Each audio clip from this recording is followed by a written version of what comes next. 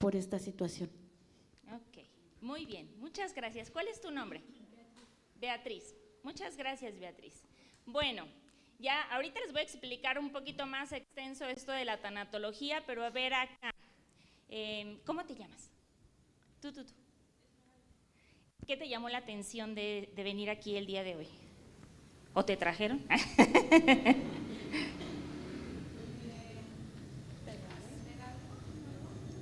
Ajá. Pues ya aprender algo nuevo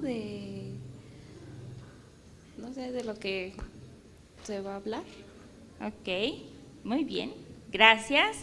A ver acá, el señor de la boina. Cuéntanos, ¿qué te trae por acá? ¿Qué te llamó la atención? Primero me invitó la doctora Magdalena. Ok. Y le doy gracias por haberme invitado, tomándose en cuenta. Y me llamó la atención porque yo recientemente tuve una pérdida y sé que la tanatología ayuda a superarlo, ¿no? Y llevarlo de la mano, y por eso estoy aquí. Ok, muy bien, muchas gracias. Bueno, pues les voy a explicar un poquito. Vamos a ver 3 conceptos que entre muchos otros obviamente se ven en la tanatología, pero primero quisiera decirles que tanatología se compone de 2 palabras, tanatos y logía, tanatos quiere decir muerte y logía ciencia o estudio. Por lo tanto, la tanatología es la ciencia o el estudio de la muerte, pero justo como nos decía ya nuestra compañera, no solo se dedica a eso, porque hay muchas personas que dicen, me están mandando con un tanatólogo y yo lo que sé de tanatología es que son las personas que ayudan a morir en paz. Y dices, ¿qué está pasando? ¿Por qué me están mandando con un tanatólogo? Pero el tanatólogo no nada más ayuda a las personas que ya van a morir para que tengan un bien morir, ni tampoco solamente ayuda a la familia de esta persona que ya va a fallecer para ayudarla con la preparación, sino también, como nos comentó nuestra compañera, atiende y acompaña a todas las personas que a lo largo de la vida tienen pérdidas. De hecho, si se dan cuenta, la vida es lo último que perdemos. Pero a lo largo de esa vida vamos teniendo gran cantidad de pérdidas. Entonces, ahorita en esta conferencia vamos a hablar de 3 temas: muerte, pérdida y duelo. Y todas esas cosas se compactan en esto que les acabo de decir, la tanatología. ¿Estamos listos? ¿Sí? Muy bien. Ahora, la conferencia es interactiva, ¿sale? Podemos, si no estamos entendiendo algún concepto, podemos levantar la mano y preguntar, ¿sale? Ya los casos, así como de, bueno, es que yo pasé o mi mamá o algo así, los dejamos al final de la conferencia, ¿vale? ¿Les parece bien? Vamos a hacer también una dinámica, entonces esa la vamos a hacer después de la conferencia también, y les prometo que se van a sorprender porque hay muchas personas que muchas veces dicen, ¿pérdida? No, pues yo no he tenido ninguna pérdida porque no se me ha muerto nadie, pero estas pérdidas que vamos a ver con esta dinámica, todititos hasta las pequeñas que están acá, las han tenido, si no, no estaríamos acá, entonces se van a sorprender, ¿sale? Vamos a empezar entonces. Acá pueden ver. Hoy vamos a hablar de la forma bíblica de transitar un duelo. ¿Y por qué enfatizamos en la forma bíblica? Todas aquellas personas que ya conocemos del Señor y que le hemos entregado nuestra vida al Señor, es muy importante a quién le prestamos nuestros oídos. ¿Por qué? Porque si no cuidamos esa parte y salimos y tuvimos una pérdida, y buscamos ayuda afuera, muchas veces, aun cuando la ciencia nos ayuda, a veces hay muchas cosas que nos dicen que se contraponen con nuestras creencias. Y entonces terminamos más confundidos. Bueno, si me voy por mis creencias, pues entonces no estaré haciendo lo que el terapeuta me está diciendo, pero si le hago caso al terapeuta, entonces voy en contra de mis creencias. Y no tiene que ser así, ¿sale? Entonces lo vamos a aprender de esta manera. Siguiente, por favor. Bien. Elizabeth Kubler-Ross, esta mujer que ven acá, es la pionera de la tanatología, o se conoce como la madre de la tanatología. Y ella nos dice, ¿qué es la muerte? Bueno, dice que la muerte es solo un cambio de presencia. Y dice, Elizabeth Kubler-Ross dice que la muerte es un pasaje hacia otra forma de vida. nos hace comprender que la experiencia de la muerte es casi idéntica a la del nacimiento, puesto que se trata del inicio de otra existencia, el paso a un nuevo estado de conciencia. Y evidentemente, fíjense, nosotros como creyentes sabemos que la muerte no es el final, sino el inicio de ¿qué? ¿Quién me dice? De una nueva vida y de una vida eterna. Entonces, lo único que vamos a hacer es tener un cambio de presencia, de un estado físico a un estado almático y espiritual. Pero ese cambio duele. En lo que te acostumbras a ya no ver a ese ser querido, duele. Causa tristeza. Aunque sabes que está en un mejor lugar, aunque sabes que en algún momento lo vas a volver a ver, pero mientras tanto esa adaptación causa tristeza. ¿Sale? Siguiente, por favor. También la doctora Kubler menciona que la muerte es simplemente dejar este cuerpo físico como una mariposa que emerge de su capullo. Es una transición hacia una forma de existencia diferente. Y aclara, no es el final de todo. La muerte es una transformación. Si ustedes han visto, y bueno, ahí lo pueden ver también ahorita en mi logo, les traje unas tarjetitas también para quien quiera llevarse los datos de nosotros. Bueno, y vienen mariposas. Generalmente cuando ves algún logo de algún tanatólogo te vas a dar cuenta que trae mariposas. Y se relaciona esto. ¿Por qué? Porque Elizabeth relaciona que cuando una persona está en un proceso de duelo, es como esa oruguita que se está arrastrando en su dolor. Pero después, ¿qué pasa? Entra un proceso y entra al capullo. Va a permanecer en ese capullo el tiempo suficiente hasta que sane, hasta que le crezcan las alas, y cuando esté lista, el capullo se abre solo y la mariposa comienza a volar. Ese es el proceso de duelo. Va a requerir un tiempo para sanar, para que la persona pueda continuar con su vida. Por eso es que se asemeja mucho el proceso de duelo con el proceso que tiene una oruga hasta convertirse en mariposa. ¿Vamos bien hasta acá? ¿Sí? Siguiente, por favor. Ahora, nosotros cuando hablamos de muerte, pues estamos acostumbrados a esta, ¿cierto? Decimos muerte, bueno, pues dejamos de ver a la persona. ¿Alguien sabía que había 3 tipos de muerte? Algunos sí, algunos no, ¿no? ¿Cómo? ¿Me voy a morir 3 veces? No, 3 diferentes, ¿sale? Ok, la muerte física, que es a la que estamos más adaptados. Después viene la muerte emocional. ¿Cómo es que saber si estoy en una muerte emocional? Cuando me encuentro en depresión, cuando he perdido las ganas de vivir, cuando incluso he tenido ideaciones suicidas. Sería mejor que yo ya no estuviera aquí. Tal vez si yo me muero se acaban los problemas. Ya no tenemos sentido por la vida, ya no tenemos anhelos, ya no tenemos sueños, y ese es un estado de muerte emocional. ¿Sale? Evidentemente sabemos que la muerte física es una muerte definitiva aquí en la tierra. La muerte emocional no es definitiva, puede ser por cierta cantidad de tiempo. ¿Sale? Y después viene la tercera muerte, que es la muerte espiritual. Y la muerte espiritual es cuando estamos alejados del Señor. Nuestro espíritu comienza a morir. Necesita ser nutrido por la palabra de Dios. Entonces, cuando estamos alejados de Dios, nuestro espíritu comienza a morir dentro de nosotros. Y necesitamos, ¿qué? Regresar nuevamente a la fuente de vida. Siguiente, por favor.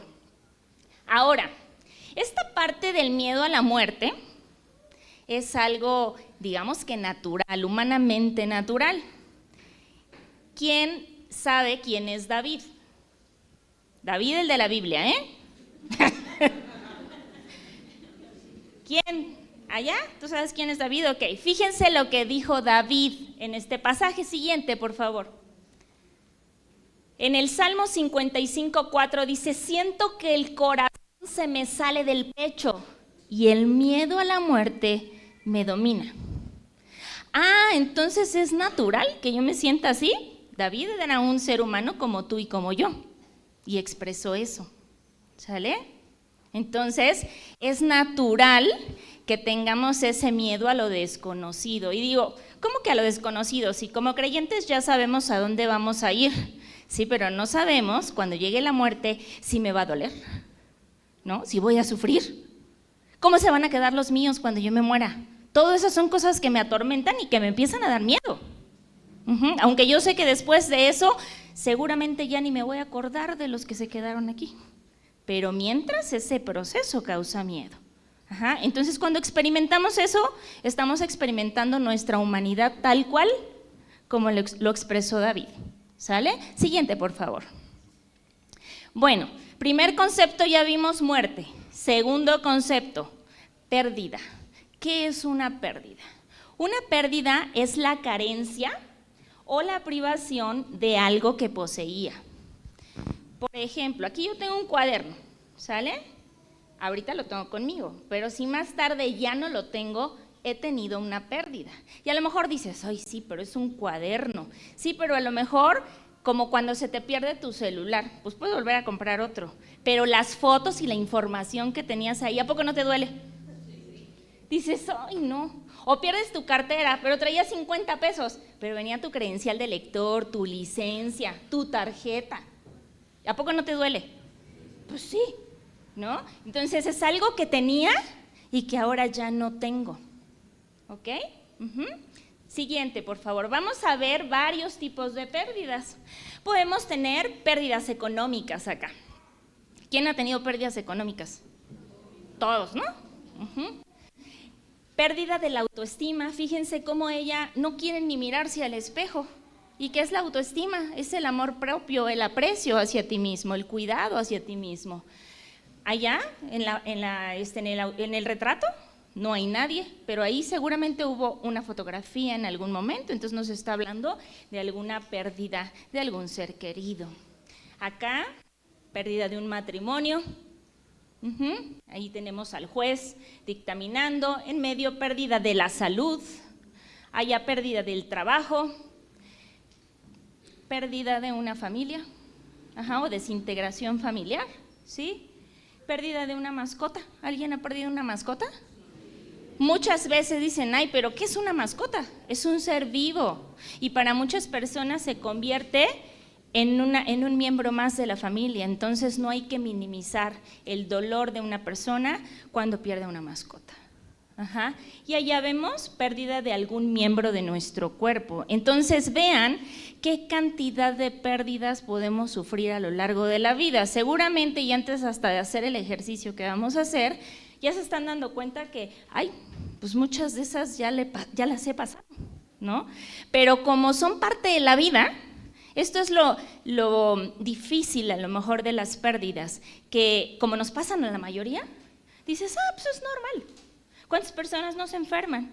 ¿Cuántas personas no pierden seres queridos? ¿Cuántas personas no se divorcian? ¿Cuántas personas se quedan sin trabajo? ¿Cuántas personas pierden dinero? Eso no quiere decir que porque sean tan normales no tengamos que hacer nada con ellas.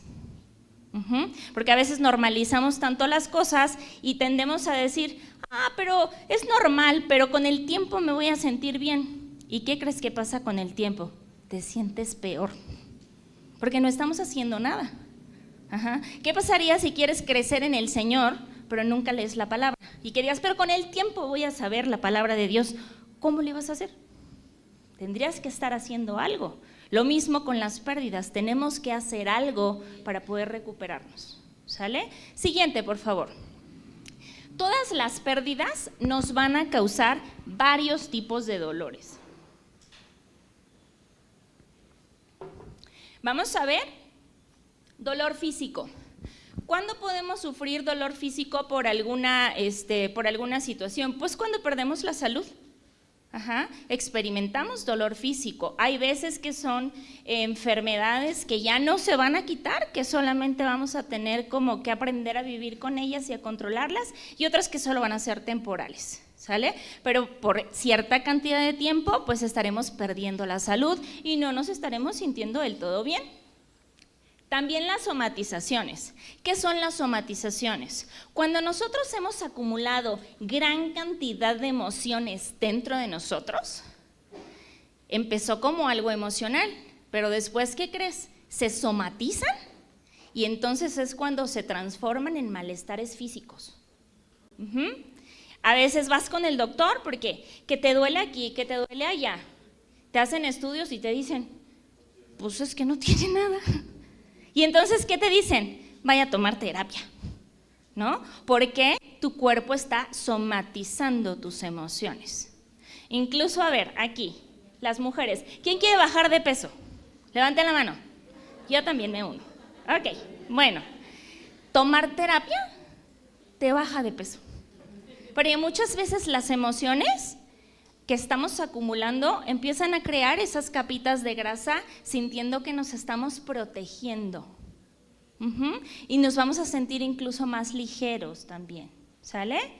También una pérdida puede causarnos dolor emocional cuando estamos en depresión, cuando tenemos desesperanza, cuando estamos viviendo en angustia o en ansiedad. Y también obviamente pues viene la parte de los temores. Cuando yo tengo angustia y ansiedad, empiezo a tener miedos, a lo mejor miedos que no puedo especificar claramente. Y entonces eso me hace perder mi paz. Y a lo mejor, aunque eres creyente, porque muchas personas dicen, y lo decía cuando la pastora me entrevistó en la estación de radio, que dicen, ¿cómo puedes estar en depresión? Pues que no tienes fe. Eso no tiene nada que ver con la fe. Es una emoción que podemos experimentar todos. Sin duda alguna, si eso hacemos algo, como les decía, trabajamos con esa parte, yo hago mi parte y el Señor hace la suya. ¿Y el Señor me puede sacar aún de la depresión más profunda? Claro que sí, pero no lo va a hacer todo Él, yo tengo que hacer la parte que me toca. ¿Sale? También puede causarnos dolor mental, hay enfermedades mentales. Cuando nosotros perdemos la paz y entramos en temor, de constantemente estar teniendo estos pensamientos catastróficos de ¿y si me va a pasar? ¿Y si salgo? ¿Y si me atropellan? ¿Y si esto? ¿Y si el otro? Y entonces no vivimos por tanto temor que tenemos. Cuando estamos constantemente rumiando en un pensamiento. Ahí yo digo en la rumiación que nos da el síndrome del burro. ¿Saben cuál es el síndrome del burro? ¿Quién lo conoce? Lo voy a patentar. Ok, el síndrome. ¿Cuándo han visto un burro haciendo esto? ¿Alguien ha visto? Ellos solo ven así, todo el tiempo. Y cuando nos da el síndrome del burro es cuando estamos rumiando y rumiando en nuestro problema, en nuestro dolor, en nuestro sufrimiento, en nuestra queja, todo el tiempo. Eso nos va a causar dolor mental. Y también cuando a raíz de los temores que estamos teniendo empezamos a dejar de sentirnos seguros. Y entonces ya todo nos da miedo. No voy al doctor porque ¿qué tal si me dice que estoy enfermo? Pues si te dice que estoy enfermo, pues no va a ser algo agradable, pero vas a tener la oportunidad de curarte, ¿no? Pero hay veces que las personas dicen, mejor no voy al doctor, ¿qué tal que me dicen que estoy enfermo? Y entonces ese es otro dolor mental. También existen dolores morales a raíz de las pérdidas cuando tenemos un divorcio, ¿no? Socialmente muchas personas incluso nos malmiran cuando esto sucede. Ay, el divorciado, ay, la divorciada, por algo la debe haber dejado su marido. Cuando no sabes, a lo mejor la maltrataban, ¿no? Pero estamos juzgando. Y eso duele. Cuando nos importa mucho el qué dirán, o cuando a lo mejor alguna persona nos ayuda y dice, no, se me hace que me está ayudando porque me tiene lástima. Eso es un dolor moral que sufrimos a raíz de tener una pérdida. Y pues el dolor espiritual, como les decía, cuando nuestro espíritu está muriendo de sed porque estamos apartados del Señor. Todas estas pérdidas siempre van a estar presentes en nuestra existencia de una forma habitual y absolutamente nadie de los que está aquí va a ser ajenos a vivirla. ¿Y qué pasa? Cada vez que nosotros tenemos una pérdida, entramos en algo que se llama duelo. Ahorita vamos a explicar ese tercer concepto. Pero cada una de las pérdidas que hemos sufrido es un duelo. Ajá, y entonces a veces no es más barato por docena. ¿Sí? Si los están acumulando para decir, ya yo cuando tenga ciertos duelos voy entonces a tomar terapia. Se van apilando y apilando y apilando. Son muy pacientes y nos van a esperar hasta que ya no nos quede otro remedio y los volteemos a ver. Entonces, si ustedes piensan de a ver quién tiene más paciencia, el duelo o yo, te va a ganar. Es mejor hacer algo. ¿Sale? Siguiente, por favor. El pastor Rick Warren, que es el que hizo el libro de Una vida con propósito, nos dice 3 cosas interesantes. Dios usa el dolor para captar nuestra atención. Vamos a poner esta frase en la enfermedad, o bueno, en la salud. Te duele la uña, o la del piecito, o aquí. Ahorita me tomo un paracetamol, ahorita me tomo un ibuprofeno y ya pasó. Y pasa el tiempo y te duele más, y te duele más. Y cuando el dolor se intensifica, ¿qué haces? Ahora sí voy a ir al doctor. Y te preguntan, oye, ¿desde cuándo te duele? Tiene como 2 meses. ¿Y por qué no habías venido antes? Es que no me dolía tanto. Entonces, Dios usa el dolor para captar tu atención. Si se dan cuenta, el dolor te hace que te actives. Porque ya no te va a quedar otra. Entonces, ¿cómo a veces el ser humano es tan necio que necesita que lo lleven de las orejas, ¿no? Para que reaccione. Otra, dice, Dios usa el dolor para que puedas ministrar a otros. Ahorita vamos a ver un versículo que sustenta esta frase. Pero fíjate, yo pasé por un montón de pérdidas desde que soy niña. Y yo me preguntaba, ¿por qué yo tendría que haber vivido tantas cosas? Jamás en la vida, de verdad, bueno, yo ni siquiera quería ser terapeuta. Esto que estoy haciendo aquí me aterraba. Exponer en mi grupo de la escuela era terrible para mí. Entonces, no fue algo que yo haya decidido hacer, pero a Dios se le ocurrió porque yo digo que Dios tiene muy buen sentido del humor. Y dijo, ¿eso te da miedo? Vamos para allá. Y estoy aquí frente a ustedes. Y entonces yo me preguntaba, ¿por qué tuve que pasar todas estas cosas? Pues cuando yo me entero la gran idea de Dios de que yo empezara a ser tanatóloga y terapeuta, entendí, o Él dio respuesta a mi pregunta. Porque cada vez que una persona que yo atendía tenía pérdidas similares a las mías, eso me dio la capacidad de generar empatía y de decir, oh, no es como sé lo que sientes, porque también esa es una frase muy equivocada, ¿ok? Sé cómo te sientes, no sabes cómo se siente la otra persona, puedes imaginarlo, pero no sabes cómo se siente porque son personas diferentes.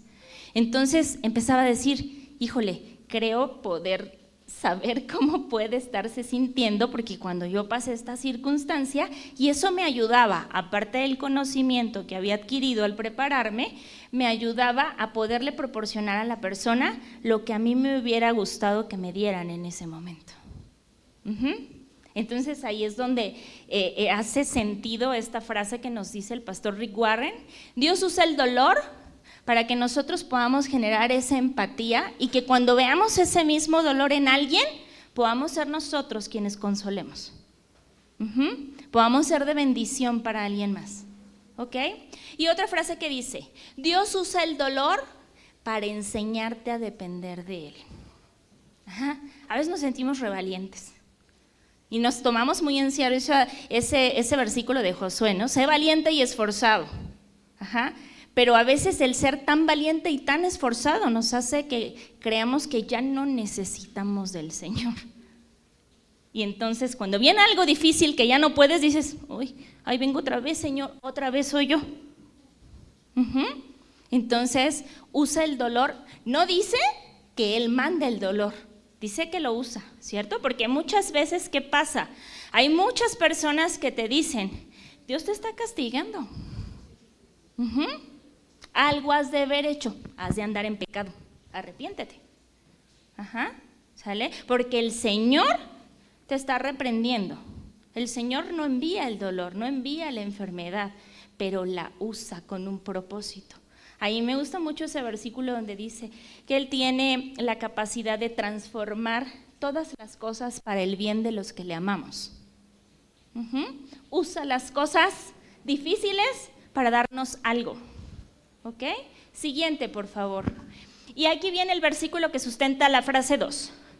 Segunda de Corintios 1:4 dice, Él nos consuela ¿en cuántos?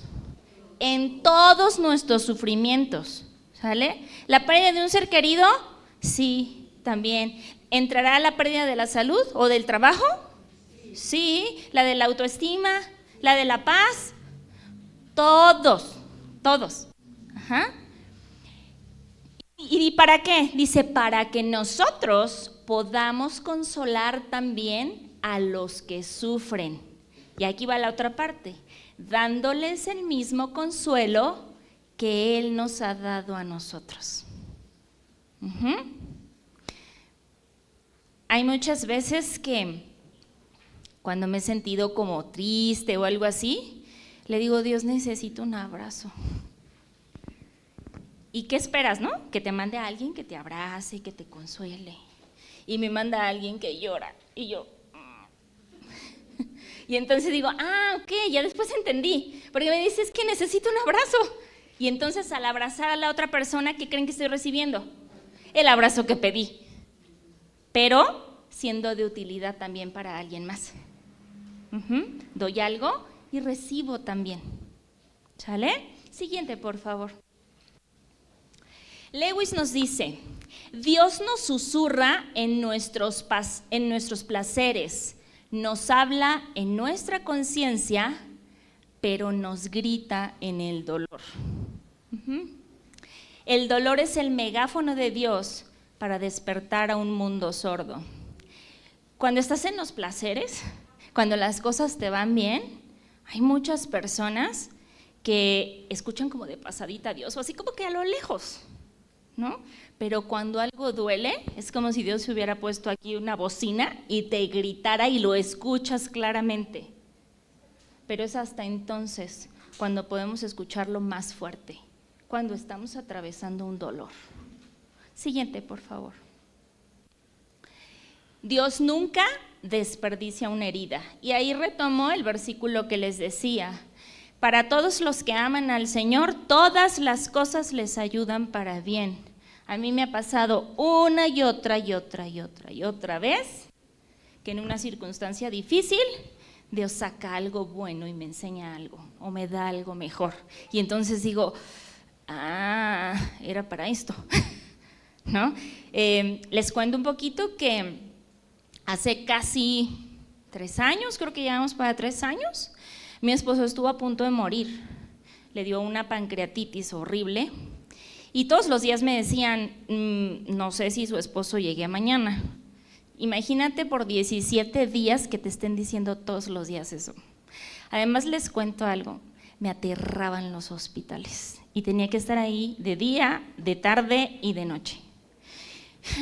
Antes de entrar al hospital oraba y le decía, ayúdame Señor a no desmayarme, ayúdame a que no me tiemblen las piernas, por favor ayúdame, y entraba. Y ahí pasaba la mayor parte del día. Y entonces recuerdo que, antes para que entiendan este concepto, yo crecí sin mi papá. Entonces yo tenía mucha necesidad de tener un papá, hasta que descubrí que Dios podía ser mi papá. Y literalmente, no crean que soy irreverente o majadera, pero yo trato a Dios como mi papá. Y le hablo como si le estuviera hablando a mi papá. Y entonces, en varios días que estuve ahí, cuando ya mi esposo decidieron operarlo, estaba afuera de los quirófanos. Y recuerdo mucho que sale un médico y le dice a una señora que tenía un niño pequeño, ya no hay nada que hacer por su esposo, tiene muerte cerebral, y un montón de cosas que le dijo que tenía, y pues la señora con su niño chiquito ahí, con otra señora ahí, se quedó primero como en shock, y pues yo también, ¿no? O sea, yo dije, ¿qué sentiría yo si yo tuviera que recibir esa noticia y tiene a su niño? Y entonces yo estaba como de esquina a esquina, pero escuché. Y me levanté y me acerqué. La abracé y empezó a llorar y a llorar y a llorar, y le dije, ¿tienes más hijos? Y me dijo, sí, tengo otros 2. Entonces la consolé, oré por ella, le di palabra y demás. Y cuando llegué a mi casa yo le dije, oye papá, si quieres que haga eso, solo esos no son los modos, no metas a mi esposo al hospital, por favor, yo voy, pero no me hagas eso. Y entonces esa es la parte, ¿no? Cómo Dios de pronto me muestra que aún en una circunstancia difícil me está llevando ahí para algo. ¿Sale? La otra señora que le estaba acompañando, que en teoría podíamos decir, pues bueno, la va a ayudar o algo así, las dos se quedaron así como de… Y entonces ahí fue como de, órale, para eso te traje, ¿no? Y yo no sabía, yo pensaba que estaba ahí, sí, por la cirugía de mi esposo, pero para Dios había algo más, ¿ok? ¿Hasta acá vamos bien con el concepto de muerte y con el concepto de pérdida? ¿Sí? Vamos con el tercer concepto, duelo. ¿Qué es? Siguiente, por favor. Bueno, el duelo es un conjunto de fenómenos psicológicos acompañados de tristeza y dolor de intensidad y de duración variables según la calidad o la relevancia del objeto perdido. Cuando vimos pérdidas, les decía que cada una de las pérdidas nos va a originar un duelo. Lo sepas o no, lo quieras o lo aceptes o no, entras en un proceso. Ahora, todo proceso requiere un tiempo de recuperación. ¿A quién le dio COVID en algún momento? ¿A quién le dio más de 3 veces? ¿2? ¿3? ¿3? 3 veces, casi me dan calendario. Bueno, y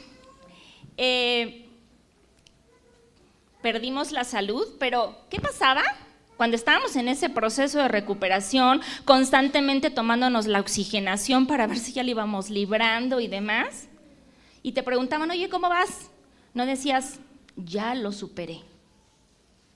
Decías, me voy recuperando.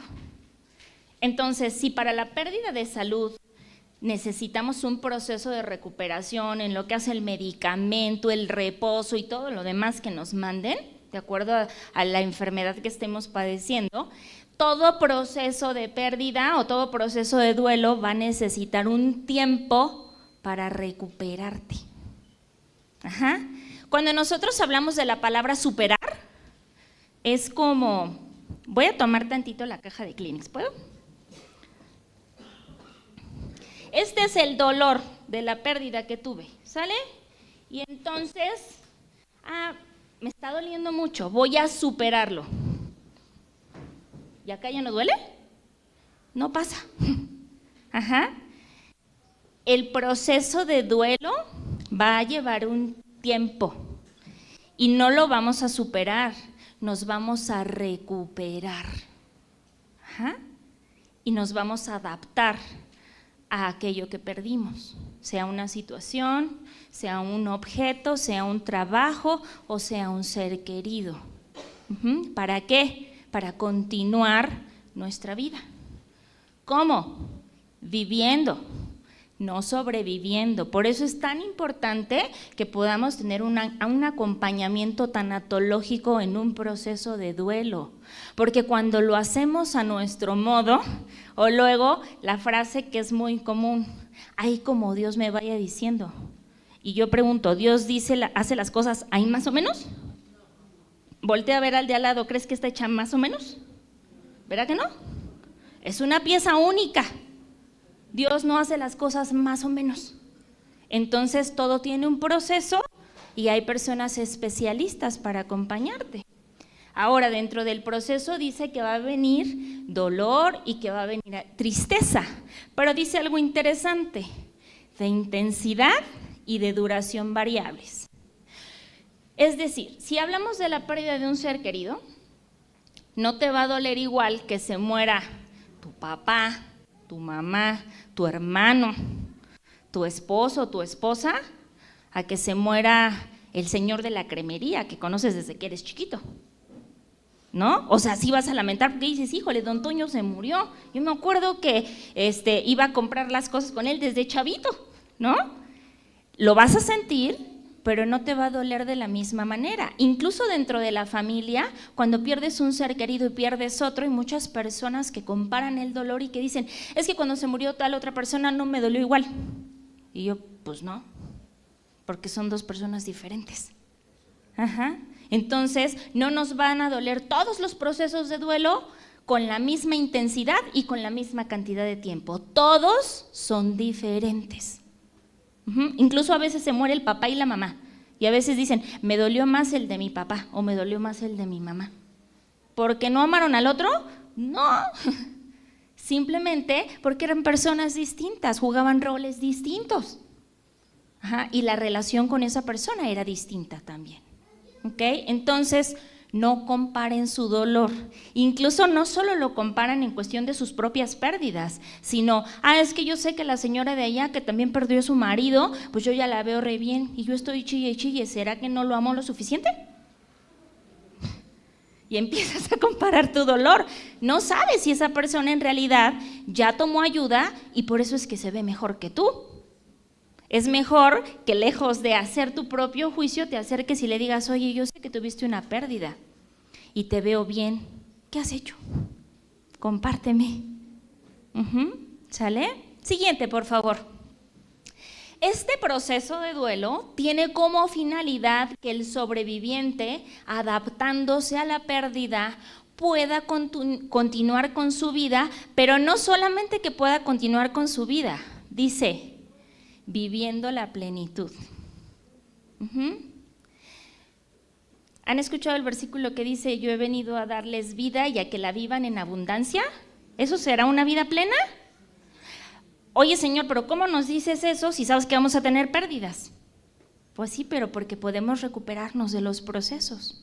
Y por eso es que necesitamos el acompañamiento tanatológico para aprender a vivir nuevamente.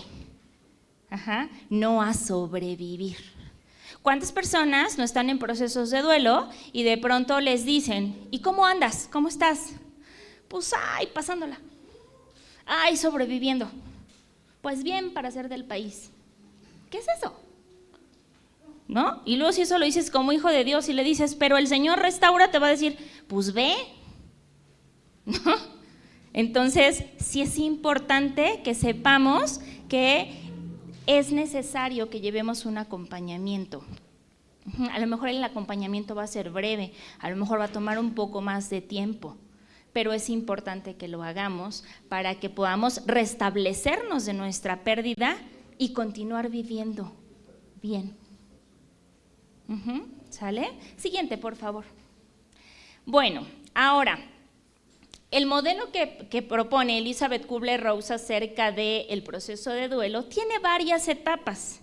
Ahora, cada duelo es tan individual como la persona que lo vive. Si vemos a dos personas que perdieron a su papá, las dos personas no van a vivir el duelo igual. O que perdieron a su esposa, no van a vivir el duelo igual. ¿Qué tal que la esposa que se murió era Dulce y la otra era como la esposa de Job? ¿Verá que no van a vivir el proceso de duelo igual? Que le decía, ¿por qué no maldices a Dios y de una vez te mueres? ¿No? Entonces no van a vivir el proceso de duelo igual, ¿sale? Entonces, propone 5 etapas Elizabeth Kubler-Ross, pero como no se viven todos los procesos de duelo igual, entonces no es que a fuerza todas las personas tengan que pasar por estas 5 etapas. Hay personas que solo van a pasar 2, o 3, o 4, y hay personas que sí van a pasar las 5. Pero yo les voy a explicar todas. ¿Para qué? Esta conferencia, aparte de que se están llevando información y aprenden, es para que te autoevalúes.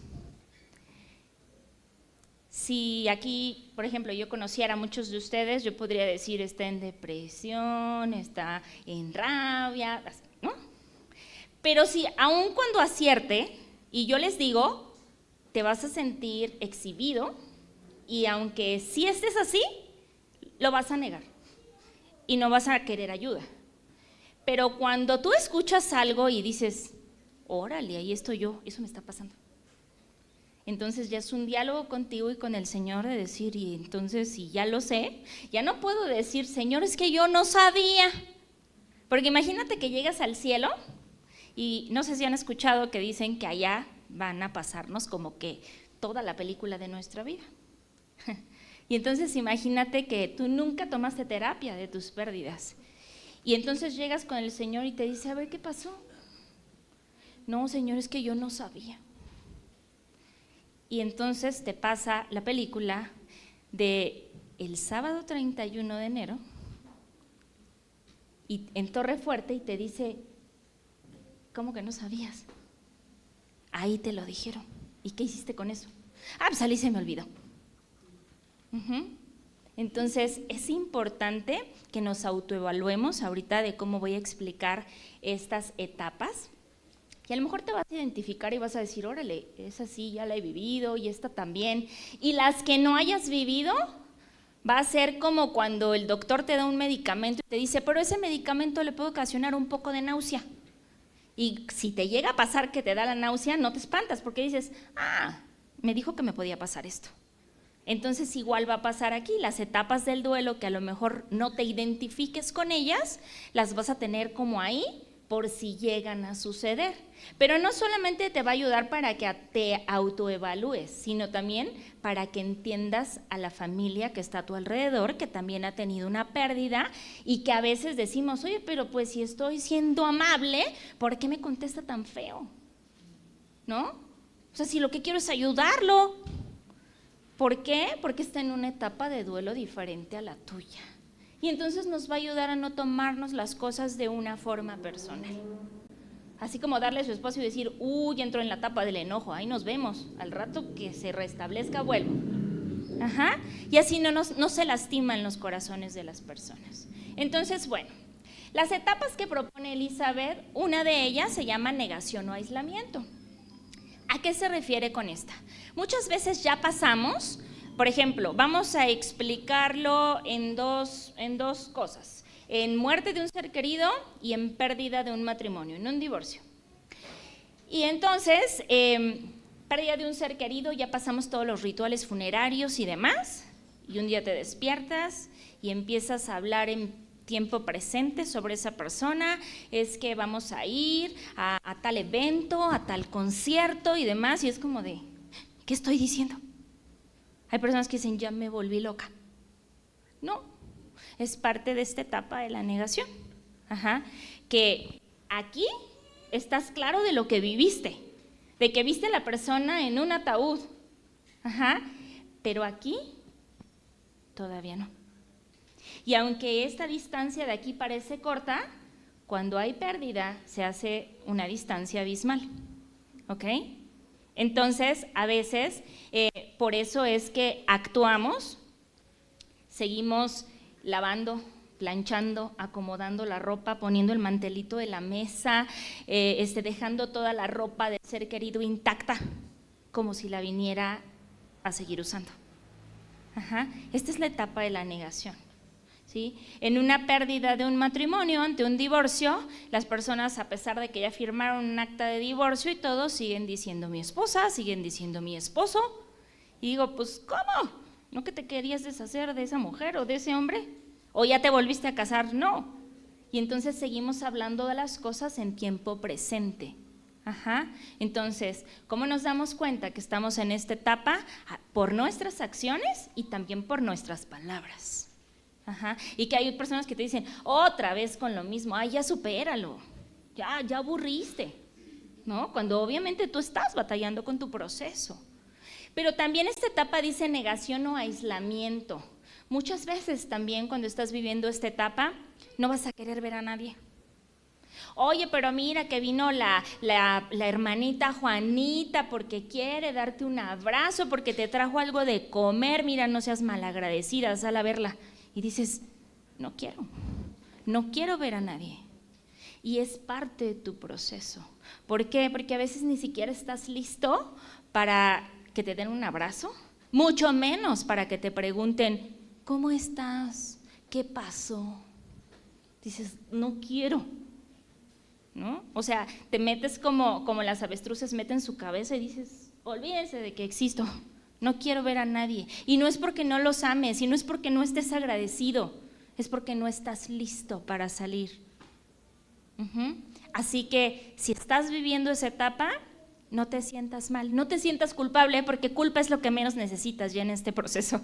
Y hay muchas emociones implícitas como para que después te adjuntes la culpa. Es simplemente, ahorita no estoy listo, en algún momento, porque tampoco no nos podemos aislar el resto de la vida. Yo siempre les digo a las personas, tienes que pasar tu proceso y sí está bien que te aísles, pero si Dios quisiera que viviéramos aislados, nos hubiera dado a todos un pedacito de tierra y cada uno viviríamos en una islita.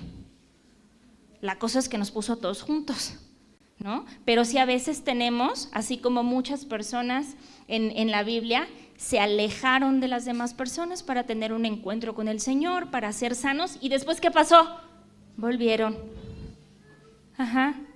Entonces es importante que entiendas que si estás pasando por esto, es parte de tu proceso. ¿Vamos bien con esa? Vamos a hablar de otra. Otra de ellas es el regateo. ¿Quién ha escuchado esa palabra en algún momento? Cuénteme. Levante la mano, ¿quién la ha escuchado? Regateo. ¿La has escuchado? ¿En dónde? Ok.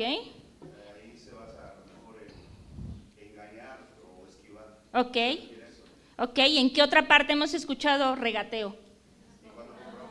Cuando compramos, y entonces, ¿qué es un regateo? Es una negociación, ¿sale? Le conviene a la otra persona y me conviene a mí también. Dentro del proceso de duelo también está esta etapa de regateo, en la cual yo hago algo para conseguir algo a cambio. Ejemplos de esto, la terapia.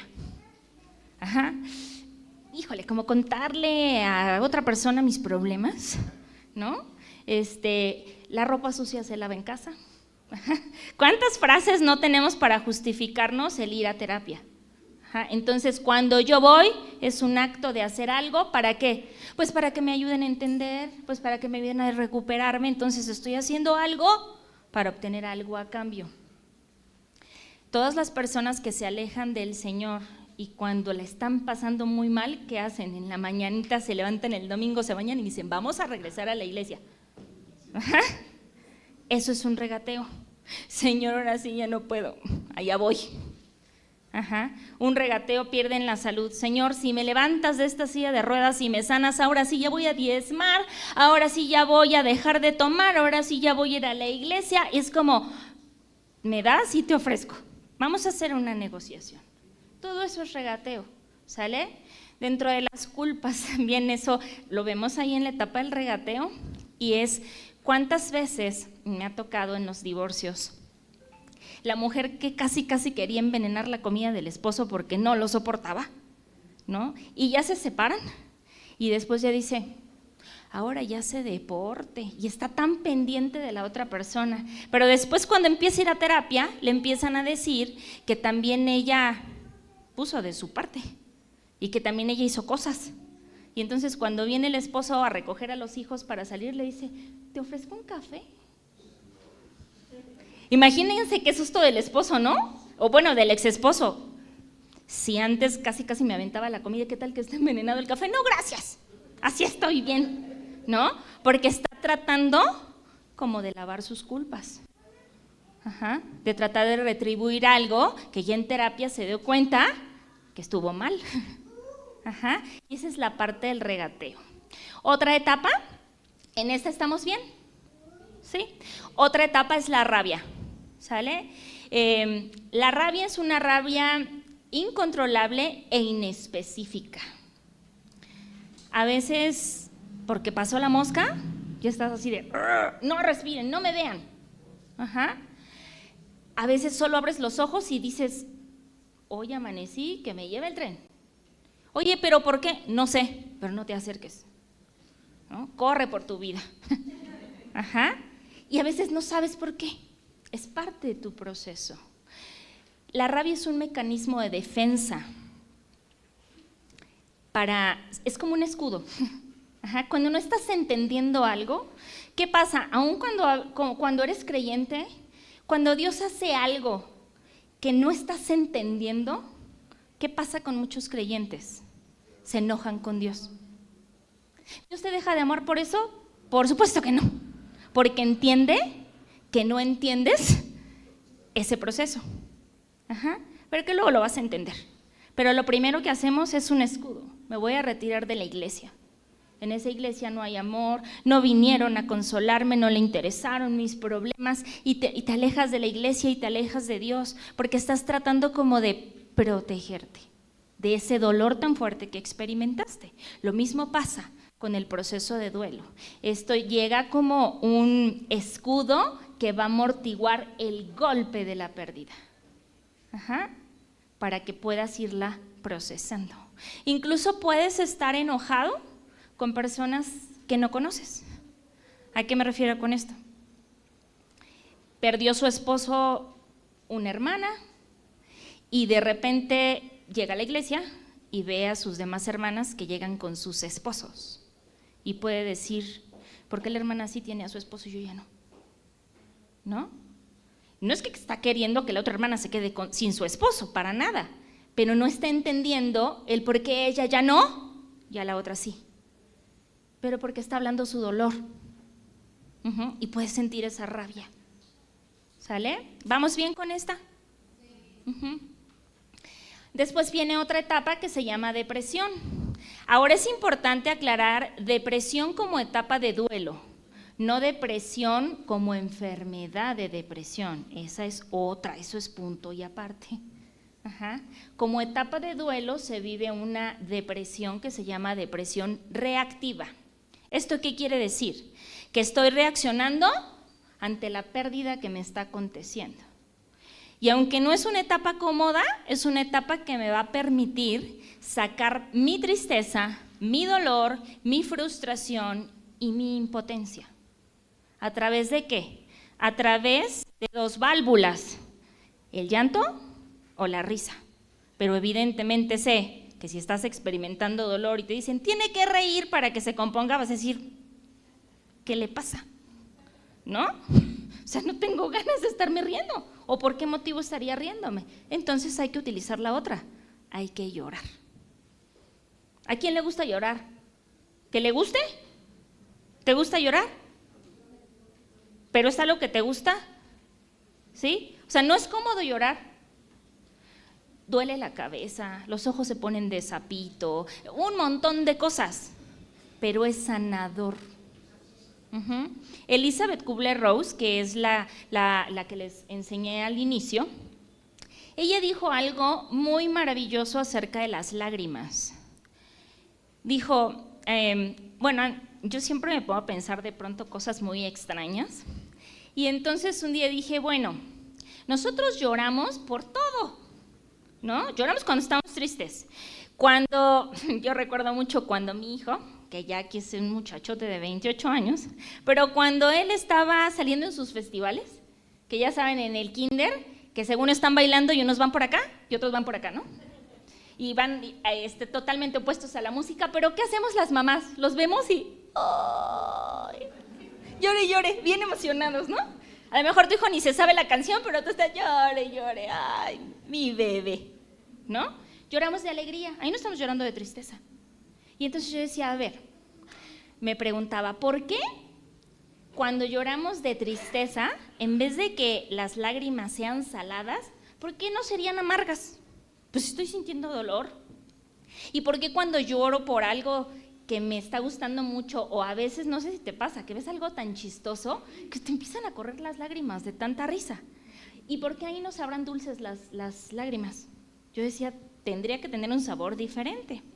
Obviamente sé que hay una química biológica para toda esta parte, pero Elizabeth Kubler-Ross dice algo acerca de las lágrimas que es muy hermoso. Y dice, las lágrimas son de agua porque lavan las heridas. ¿Cuántas mamás hay acá? Levanten la mano. Y papás también. Ok. ¿Cuántas veces se cayó alguna vez tus hijos? Uy, el mío a cada ratito, ¿no? Y entonces, ¿qué es lo primero que hacemos? ¿Lo ves ahí tirado o algo así? Lo primero que haces, bueno, es levantarlo, en el mejor de los casos. Hay muchas mamás que los levantan y los rematan, ¿verdad? Te dije, ¿verdad? Se ríen de nervios. Y después, ¿qué haces? Lavas la herida para ver qué tan profunda fue. Si puedes sanarla en casa o necesitas llevarla a un hospital, ¿cierto? Entonces, dice, la lágrima es de agua porque lava la herida. Y la sal es salada porque tiene la finalidad de cicatrizar. La sal tiene la finalidad de cicatrizar. Así que, aunque llorar no es cómodo, aunque se me pongan los ojos de sapito, pero necesito llorar para que estas heridas internas que tengo vayan limpiándose y vayan cicatrizando. Y yo pueda continuar con mi vida. ¿Vale? ¿Vamos bien ahí? ¿Sí? Después, bueno, viene otra etapa, que es la etapa de la aceptación. En la etapa de la aceptación jamás es como, qué bueno que se murió, qué bueno que me engañó y se fue con otra persona, nada de eso. La etapa de la aceptación es no negar las cosas, hablar de lo que me pasó con las palabras que son. Muchas veces decir la palabra muerte, como que a la persona se le atora aquí en la garganta, lo que le pasó a mi ser querido, que se murió, o sea, decir esa palabra les cuesta trabajo. Y es entendible porque están en el proceso, pero cuando yo llego a la aceptación, en la aceptación yo ya hablo de las cosas con las palabras que son, ¿sale? Ya no me aíslo, reconozco mis emociones. Sí, a mí me pasó esto y me sentí así y así y así y así, ¿sale? Ya no tengo rabia, ya drené toda esa rabia, ya sané mis culpas, ya sané mis resentimientos, ya no tengo tristeza, ya no tengo dolor, ya no tengo impotencia, ya no tengo frustración, pero además el Señor ya me mostró lo que tenía que aprender en esta situación. Y entonces he llegado a la aceptación de mi proceso de duelo. Y así con cada una de las pérdidas. Ahora, si se dan cuenta, aquí hay unas flechitas en estas 4 nada más. Entonces, ¿cómo funciona el proceso? Hagan de cuenta que ustedes están aquí, en medio de todo eso. Y entonces de pronto puede agarrarte la etapa de la negación y el aislamiento, te tiene ahí un rato y de pronto te bota. Y después te agarra la de la depresión y empiezas llore y llore, y después te agarra la de la culpa, del regateo ahí arriba, y entonces después te bota y luego ya estás enojado y luego dices, no, ya voy a hacer algo, entonces mejor voy a terapia, voy a la iglesia, y después no, esto es un mal sueño y no está pasando, y entonces yo voy a estar mejor. Y entonces estás entre una, otra. El tiempo suficiente para cada persona, porque como les digo, cada persona vive sus procesos de manera distinta y a cada persona, según la relevancia del objeto perdido, va a lo mejor a tardar un poco más de tiempo o a recuperarse en menos tiempo, ¿sale? Entonces, literalmente tenemos que estar aquí metidos hasta que literalmente, perdón por la expresión, pero vomitemos todo el dolor. Una vez que haya sucedido esto, salimos acá. Y esto me va a ayudar a continuar con mi vida, viviéndola como ¿qué? Como una persona viva, no como una persona medio viva y medio muerta, porque no creo que esa sea la voluntad de Dios para nuestra vida, ¿verdad? Vivir como una persona viva, ¿sale? ¿Dudas de cómo funciona el proceso? Sí, allá. No, la catarsis es cuando tú drenas cómo te sientes. Eso es catarsis. Sí. Pero obviamente, pues a lo largo de todo el proceso, haces catarsis. Ajá. Porque es experimentar, bueno, yo lo aprendí así, con mis circunstancias que he vivido, que experimentas una etapa de locura, porque, o sea, te sientes mal, te sientes bien, y bueno, a mí me daban así como náuseas, como que comía y quería devolver, pero tengo una peculiaridad, me gusta comer y no me gusta devolver lo que como. Entonces no, yo decía, no voy a vomitar lo que como porque estaban tan ricos mis frijolitos con huevo, porque me encantan los frijoles. Entonces, pero yo lo experimentaba así. Bueno, obviamente, como yo empecé a asistir a psicología, porque llevo un tratamiento de psicología ya de hace meses, pues ya lo fui, bueno, ya me fueron desglosando cómo iba yo esa parte de la experimentación, pero sí, para mí era así como que lloraba, el dolor de cabeza, la culpabilidad, el remordimiento, y luego no, pero es que estaba bien, es que fue en defensa propia y cosas así.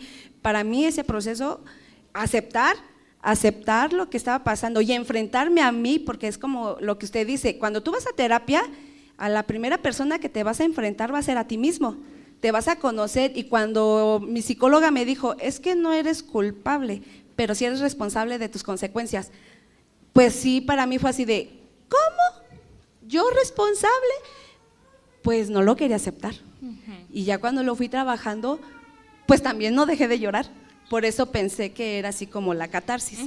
Sí, la catarsis es todo lo que expresas tanto en palabras como en emociones, pero ella dijo algo muy interesante que me gustaría como retomarlo. Entramos como en un estado de locura, más o menos, ¿no? ¿Por qué? ¿Por qué lo podemos llamar locura? Otras personas dicen, ay, creo que ya te hiciste bipolar, ¿no? Y eso es una enfermedad que no podemos andarle poniendo a cualquiera, ¿no?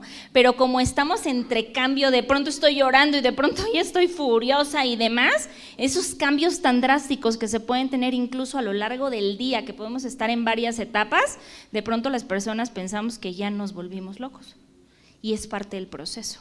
Por eso es tan importante que conozcamos este proceso, para que veamos que dentro de lo que estamos pasando, estamos dentro de nuestra normalidad en el proceso.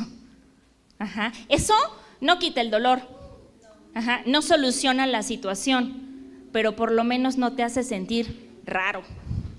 Dices, ok, entonces no me debo de ir ya a otros niveles, ¿no? De psiquiatría y encerradito, no, estás pasando tu proceso, ¿sale? ¿Vamos bien hasta acá? Siguiente, por favor. Ahora, ya vimos, ¿qué vimos? Muerte, ya vimos pérdidas, ya vimos que es duelo. Bueno, ahora, ¿qué hago? ¿Cómo voy a tratar de una forma correcta como hijo o hija de Dios mi proceso de duelo? Vamos a ver los pasos. Siguiente, por favor. Dios, ayúdame, estoy de luto. Lo primero que tienes que hacer es correr a los brazos correctos. Señor, tengo el corazón hecho pedacitos, y a lo mejor ni siquiera hecho pedacitos, sino además de que está hecho pedacitos, alguien le hizo así. Correr a pedir ayuda. Primeramente a los brazos del Señor. ¿Sale? Siguiente, por favor. Hablar con Dios. Constantemente. Es que tengo tanta furia, ¿cómo se la voy a decir al Señor? ¿No? ¿Qué tal que es pecado? ¿Qué tal que me voy al infierno? Si Dios puede leer tus pensamientos. Así que aunque no le digas, mira, por aquí, te está viendo. Entonces a Dios cuéntale todo. Señor, hoy estoy que no me aguanto a mí misma, siento tanto odio, siento esto, ayúdame. Pero hay que orar. Y después, a veces el Señor te contesta en una conferencia, a través de los pastores, pero también acá. Hay veces que estoy leyendo la Biblia y de repente digo, pero me va a tocar cuando estaban en el desierto y no sé qué, y yo estoy orándole por acá al Señor alguna otra cosa, que digo, no, pero con esto que me va a tocar leer no creo que me diga algo. Y de repente voy leyendo y digo, ¡ay! Sí me estaba escuchando. Pues claro, siempre nos escucha, aunque no le hables audiblemente. Entonces es importante encontrar también respuestas. Miren, a mí me han dicho muchas veces, es que el Señor a mí no me habla. Le digo, ¿por qué crees eso? Pues porque yo le pido y le oro y le oro y le pido y no dice nada. ¿Vas a la iglesia? No. ¿Y lees la Biblia? No. ¿Y entonces cómo quisieras que te contestara? Quisieras que te contestara con una voz estruendosa de Elide, te acabo de escuchar, te mueres de la impresión. Tiene formas más sutiles de poder conversar contigo para que no te aterres. Ajá. Entonces, tenemos que buscar respuestas aquí. Pero no solo eso, porque hay muchas personas que solo se quedan ahí y dicen, el Señor y yo no necesito a nadie más. Yo pregunto, miren, muchas veces, perdón por lo que voy a decir, porque sé que estamos en una iglesia, pero muchas veces caemos en religiosidad. Y acuérdense cómo se expresaba el Señor en la Biblia de las personas religiosas, de los fariseos. Yo no necesito a nadie más que a Dios, sí. Pero, por ejemplo, si tienes cáncer y dices, yo no necesito quimioterapia, el Señor me va a sanar. Híjole, entramos en un tema complicado, ¿no? Ya vi sus caras así como de, uy, esto ya se puso difícil. ¿Por qué? Porque acuérdate que yo tengo que hacer mi parte y la parte que me toca es la más sencilla. El Señor hace la difícil. Recuerdo mucho un profeta que su esposa estaba muriendo de cáncer. Y entonces un día él llevó a su esposa al doctor con el oncólogo. No tenían dinero para pagar. Y entonces el oncólogo que los atendió les dijo, entró y le dijo, profeta, ¿cómo me conoces? Dice, sí, yo estuve en un congreso y usted me dio palabra y no sé qué. Y entonces le dijo, ¿pero por qué está aquí? Y le dijo, porque mi esposa está muriendo de cáncer. Dice, pero ¿y por qué viene aquí? Si usted tiene fe, ¿no? Y le dijo, sí, tengo fe, pero a través de este tratamiento que le van a dar aquí a mi esposa, es como el poder de Dios se va a manifestar en ella. Y vengo para que todos lo vean. Esa es la parte y las oportunidades que tenemos de dar testimonio, de mostrar lo milagroso que es nuestro Señor. Entonces, necesitamos no solo quedarnos aquí, sino, ahora dame dirección, ¿qué más sigue? Ya te pedí ayuda, estoy platicando contigo, te estoy contando cómo me siento, estoy leyendo tu palabra para que me digas qué más tengo que hacer. Miren, yo les digo que me imagino a veces cosas bien raras y entonces cada vez que yo tengo una situación difícil, ¿quién ha jugado o ha visto los juegos? Ya son obviamente más antiguos, como ya de nuestras edades, el juego de Mario Bros, el que era del Nintendo así. Vean cómo venía corriendo el Mario Bros y subía como niveles y pasaba, se metía en unos túneles y salía a otro lugar y así. Cuando yo tengo problemas, yo me imagino que soy ese Mario Bros. Y entonces estoy en una situación complicada y yo le digo, mira, Señor, yo tengo muchas ganas de aprender lo que me estás diciendo, pero ya pásame al otro nivel. Dime qué hago, pero ya pásame al otro nivel. Pero hay veces que nos rehusamos a aprender y por eso nos quedamos ahí. O nos estancamos en pedir ayuda y por eso nos quedamos ahí. Y Dios no quiere que estés sufriendo. Dice, en el mundo van a tener aflicción, sí, porque vamos a tener problemas, pero no dice, pero quédate en el sufrimiento. Sino el sacrificio de Jesús dice, yo vine ¿para qué? Para darles vida.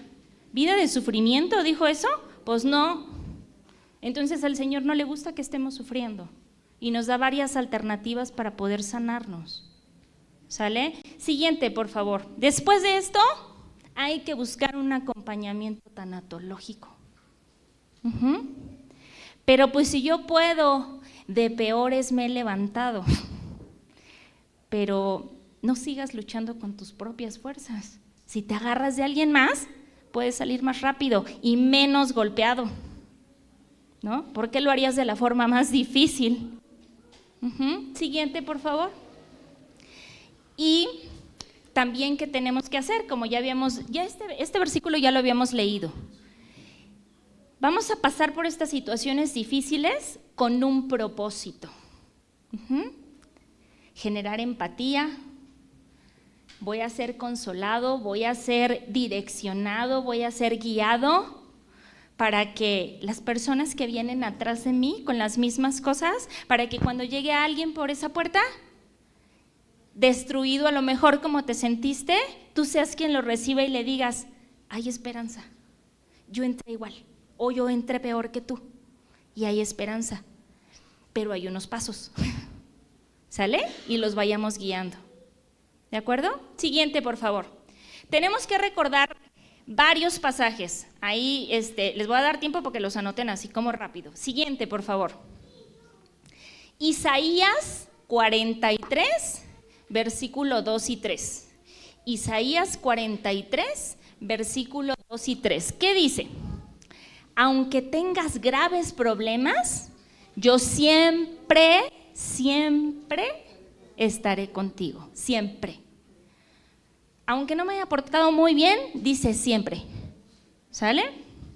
Cruzarás ríos y no te ahogarás, caminarás en el fuego y no te quemarás, porque yo soy tu Dios y te pondré a salvo. ¿Tenemos esperanza?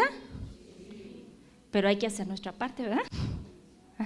No hay que dejar, pues si Dios es Dios y es todopoderoso, pues queda toda la chamba, yo aquí me espero. Él hace la parte difícil. Siguiente, por favor. El Salmo 147:3. Salmo 147:3 dice, restaura a los de corazón quebrantado y cubre con vendas sus heridas. Con sus propias manos te sana, te cubre, te envuelve. Hay esperanza, pero hay que hacer lo que nos toca. Siguiente, por favor. En Efesios 3:20 dice lo siguiente. Dios, este pasaje de verdad lo amo muchísimo, dice, Dios tiene poder para hacer mucho más de lo que le pedimos. Ni siquiera podemos imaginar lo que Dios puede hacer para ayudarnos con su poder. ¿Y cuántas veces vemos el problema que estamos teniendo, que hasta a veces hay gente que te dice, uy, no, ahí ni Dios puede ayudarte? Pues si el Dios Todopoderoso no puede ayudarte, entonces sí estás perdido. Pero aquí dice, es que tu cabeza, toda la inteligencia que yo te he dado, ni siquiera puede pensar o imaginarse el poder que yo tengo para hacerlo. Pero no solamente es recordar que Él tiene el poder para hacerlo, sino que nos ama y se interesa por nuestros problemas y otra cosa, quiere ayudarnos. ¿Qué pasa cuando una persona tienes un problema? Imagínate económico y es una persona que tiene mucho dinero. Y te dicen, no te preocupes, yo te voy a dar el dinero, yo te voy a ayudar. No descansas en eso porque dices, es que él sí tiene para prestarme o para regalarme el dinero, ¿no? Y porque a veces se nos olvida que él sí tiene y que puede y que quiere. Porque a veces se te olvida. Algo que dice mi mamá mucho, dice, yo soy hija del rey de todo el universo, porque a veces se te olvida. Hay otros versículos donde dice que todo es posible para Dios. Lo que es imposible para el hombre es posible para Dios. ¿Tus procesos de duelo también serán posibles para Dios? Pues claro. Y justo ahí aplica, lo que te parece imposible, si sanar ese dolor te parece imposible, lo sé, pero ¿qué crees? Aquí estoy yo sí puedo con esto. Siguiente, por favor. En Filipenses 4:13 dice, todo lo puedo en Cristo que me fortalece. Todo lo voy a poder, pero necesito estar en el lugar correcto. Porque si no, todo me va a costar trabajo. Todo lo voy a querer hacer en mis fuerzas y voy a salir con chipotes y descalabrado. Pero todo lo voy a poder hacer si recurro a la fuente correcta. Siguiente, por favor. El pastor Gebel nos dice algo. Muchas veces tenemos un buen de problemas y hasta decimos, ay Señor, ya llévame. ¿No?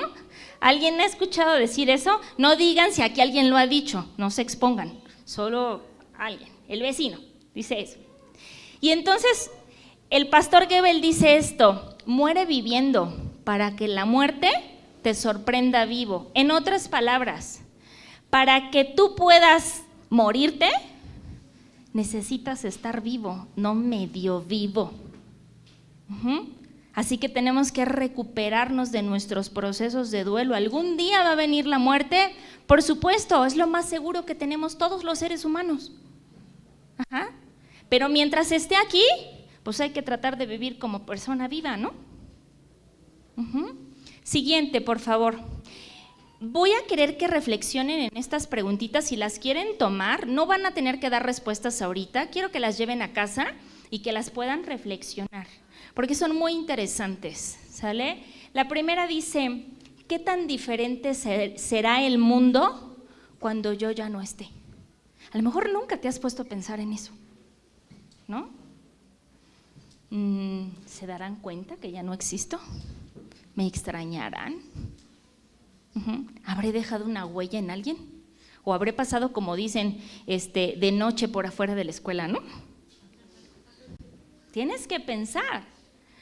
Y si a lo mejor en este momento no tienes una respuesta a eso, no te angusties ni te entristezcas.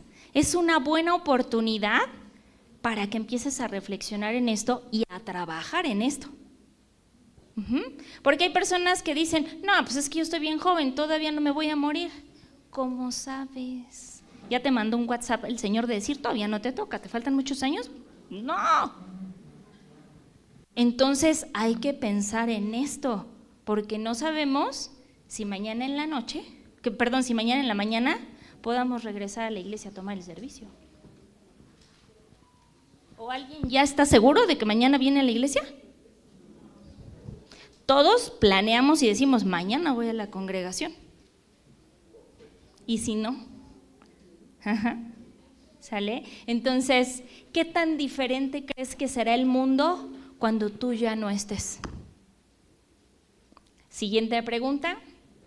¿Qué dejaré aquí en la tierra para que me recuerden cuando yo ya no esté? ¿Problemas? Porque no arreglo mis documentos, porque la casa está en problemas, porque tenemos adeudos, ¿no? Relaciones destruidas, resentimientos, ¿no? Riñas, venganzas. ¿Qué voy a dejar cuando yo ya no esté? Y eso nos lleva a la última pregunta, ¿no? Que es la parte de ¿cómo quieres que te recuerden cuando tú ya no estés? Y la parte, ¿qué estoy haciendo para que eso ocurra? ¿A quién le gustaría que lo recuerden como la señora gruñona o el señor gruñón? ¿O amargado? ¿Quién dice yo? Pues no, ¿verdad? Y yo pregunto, ¿qué estás haciendo para que eso no pase? Sé que cuando las personas mueren tendemos a santificarlas, ¿no? Ay, era tan bueno, y estás con el ojo morado que te puso antes de morir. ¿En qué momento paso a ser santo? ¿En qué momento? Muchas veces hacen eso porque quieren justificar el por qué le lloran a esa persona. No tienen que justificar. El amor es amor a pesar de las situaciones, ¿no? Entonces no tenemos que justificar ni santificar a nadie. Pero, ¿cómo quieres que te recuerden? En el diplomado que doy hay un taller que hacemos acerca de la muerte. Y entonces, ¿alguien sabe qué es el epitafio? ¿Quién dice yo? ¿Quién sabe qué es el epitafio? Allá.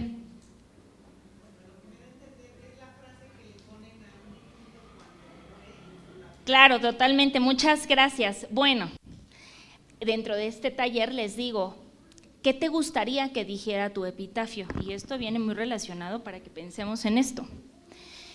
Y dicen, no, pues, no sé, pues mejor mi familia que lo ponga cuando me muera. Y le digo, no te arriesgues.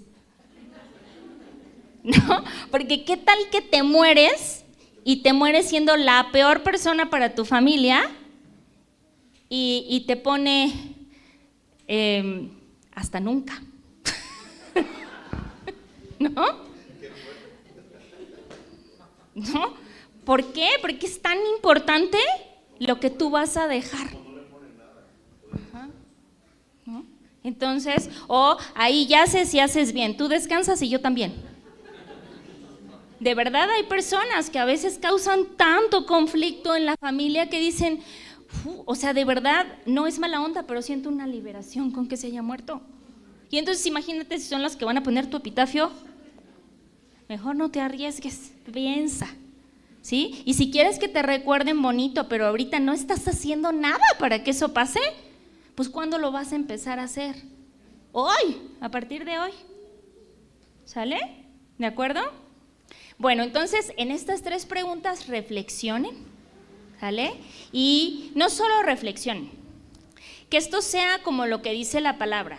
No solo sean oidores de la palabra del Señor, sino sean hacedores. Entonces no solo quiero que reflexiones en esto, quiero que hagas algo con esto, que lo pongas en práctica ya, porque no sabes si mañana vas a despertar, desde hoy. ¿Sale? ¿De acuerdo? Siguiente, por favor. Bueno, pues estas son nuestras redes sociales. Si quieren tomarle foto y nos quieren seguir en YouTube, estamos como Elide Tanatóloga. En Facebook tenemos una página que se llama Medicina para el Alma AC y en Instagram estamos como Elide Tanatóloga. Estos son mis datos. Ahí pueden, les pido por favor si contactan a este teléfono, que nos contacten por mensaje de WhatsApp, no por llamada, por favor. Y les explico por qué.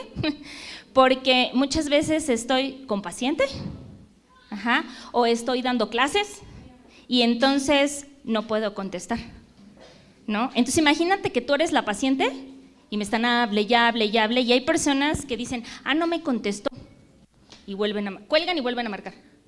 No me contestó y cuelgan y vuelven a marcar. Entonces, ¿cómo te sentirías tú de, uy, está suena y suena el teléfono y está en terapia conmigo? Entonces, así por un mensaje de WhatsApp, si estamos ocupados, en el momento más rápido podemos responder en cuanto nos desocupemos. ¿Sale? ¿De acuerdo? Entonces, estamos a sus órdenes. Creo que vamos a tomar un pequeño receso y después hacemos la actividad, ¿verdad? ¿Sí? Ok, regreso con ustedes en un ratito.